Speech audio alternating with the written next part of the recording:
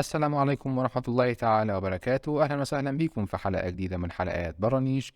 أنا معاكم أحمد رضا، مهندس معماري مكتب كورنر. ودي يا جماعة الصورة اللي احنا هنتكلم أو هنعلق عليها النهاردة. ادي لنفسك كده فرصة 10 ثواني، شوف الصورة دي كده هتعجبك مش هتعجبك. طب لو عجبتك ايه اللي عجبك فيها، ولو ما عجبتكش ايه اللي ما عجبكش فيها؟ على الأغلب الوهلة الأولى الصورة دي هتشدك. ليه هتشدك؟ عشان تحس إنها صورة نظيفة كده. هتلاقي الكونتراست ما بين اللون البترولي واللون البيج عامل جذب كويس جدا، ولكن زي ما اتكلمنا في الفيديوهات اللي فاتت، تعالى مع بعض نشوف ايه الملاحظات اللي احنا ممكن نطلعها من الصورة دي. طبعا لو انت ما كنتش شفت الفيديوهات اللي فاتت يا ريت تروح تشوفها وتيجي بسرعة، الموضوع مش هياخد منك وقت كبير، الفيديوهات كلها كانت قصيرة. الملاحظة الأولى الموجودة معانا في الصورة دي هي فكرة توزيع السبوتس زي ما اتكلمنا كتير قبل كده، بشكل عشوائي من غير ما نحترم الطابلوهات اللي موجودة عندي على الحيطة أو البرواز الموجود عندي على الحيطة. هنا نفس الفكرة، احنا بنشتغل كل مرحلة بالمرحلة بتاعتها لوحدها منفصلة عن بقية المراحل، فبالتالي بيطلع الموضوع بشكل عشوائي. احنا قلنا الديزاين يا جماعة أو عملية التصميم هي باكج على بعضها. المفروض يكون معاك مهندس، وحتى لو مش معاك مهندس المفروض انت في دماغك from A to Z تكون عارف ايه اللي انت هتعمله بالظبط قبل ما تبدأ في اي مرحلة من مراحل التنفيذ على ارض الواقع، والا هتطلع عندك ديفوهات انت ما كنتش عامل حسابك عليه. ممكن تبقى حاجات بسيطة، ممكن تبقى حاجات كبيرة، ولكن اللي من الاول انت تخش في فكرة الديفوهات اللي ممكن تطلع عندك، في حين انت ممكن تتجنب هذه المشاكل كلها.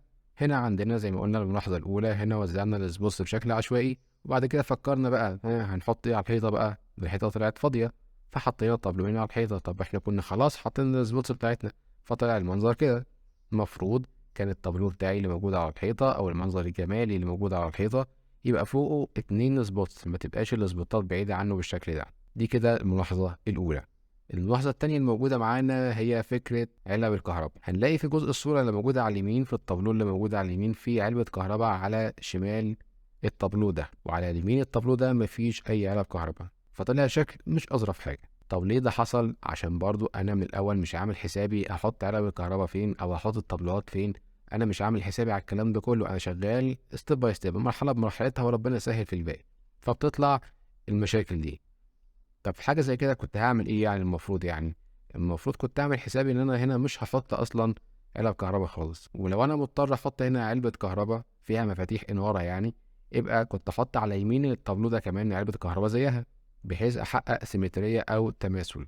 بجانب ان علبة الكهرباء في مكان زي ده انا مش عاوز ابرزها، مش عاوز اخليها تكون ظاهرة قوي، فبالتالي علبة الكهرباء ما ينفعش يبقى لونها هنا لون غامق، لان انا بظهر علبة الكهرباء دي لما اغمق اللون بتاعها، وانا هنا محتاج اظهر فقط الطابلو بتاعي او المنظر الجمالي اللي حاطه على الحيطه. فكان من المفترض ان علبه الكهرباء هنا اللون بتاعها يكون ماشي مع الحيطه، يكون ميه كده مع الحيطه، عايم مع الحيطه، فبالتالي هيكون لونها بيج. والافضل من ده كله ان احنا ما كناش نحط هنا علب كهرباء خالص اصلا.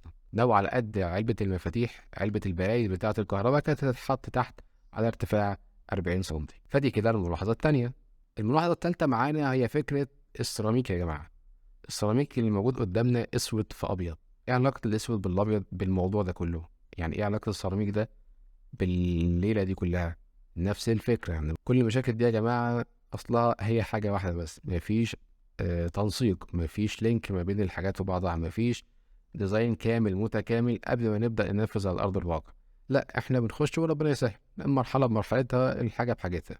عملنا السيراميك طلع ايه؟ اسود في ابيض، ماشي حلو، انا عاجبني الاسود في الابيض ده. طيب بعد كده عاوزين ندهن الحوايط، والله انا محتاج ادهن، انا حابب اللون البيج قوي. طب وبالنسبه للسيراميك اللي ساعتك عملته، لا ما هنبقى نشوف بعدين. عملنا الحوايط بيج مع السقف لايقه مع بعضها تمام.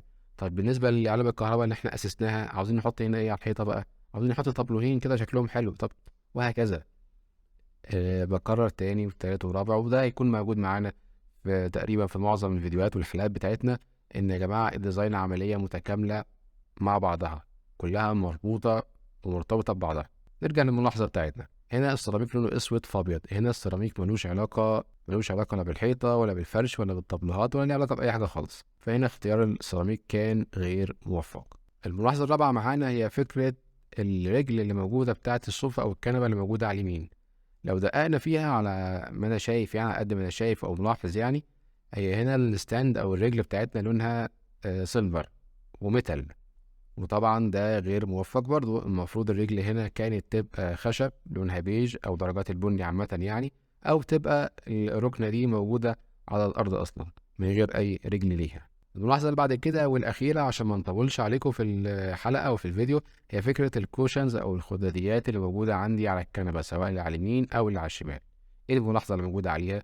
هو شيء كويس ان الكوشن هنا لونها بيج، فاحنا كسرنا اللون البترولي بتاعنا باللون البيج بتاع الكوشن دي، وفي نفس الوقت هي بترد على لون الحيطة.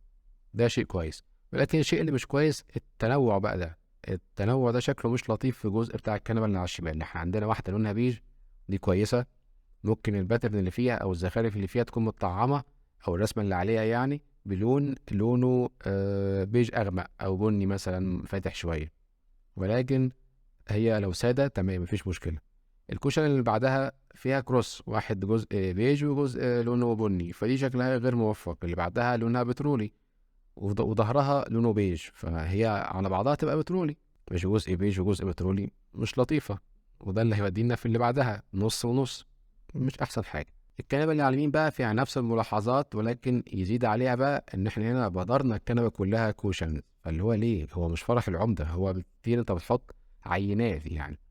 يعني الكنبة اللي على الشمال كانت تشيل 2 وكفاية، 3 بالكتير قوي، لكن 4 عدد نوعا ما كبير على على المساحة دي أو على الجزء ده. الكنبة اللي على اليمين بقى أو الركنة اللي على اليمين ما شاء الله كتير. ليه ده كله؟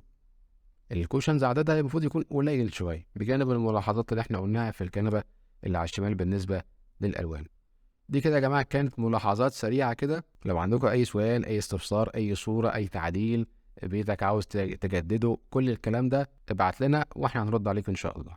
أشوفكم على خير في حلقات قادمة. السلام عليكم.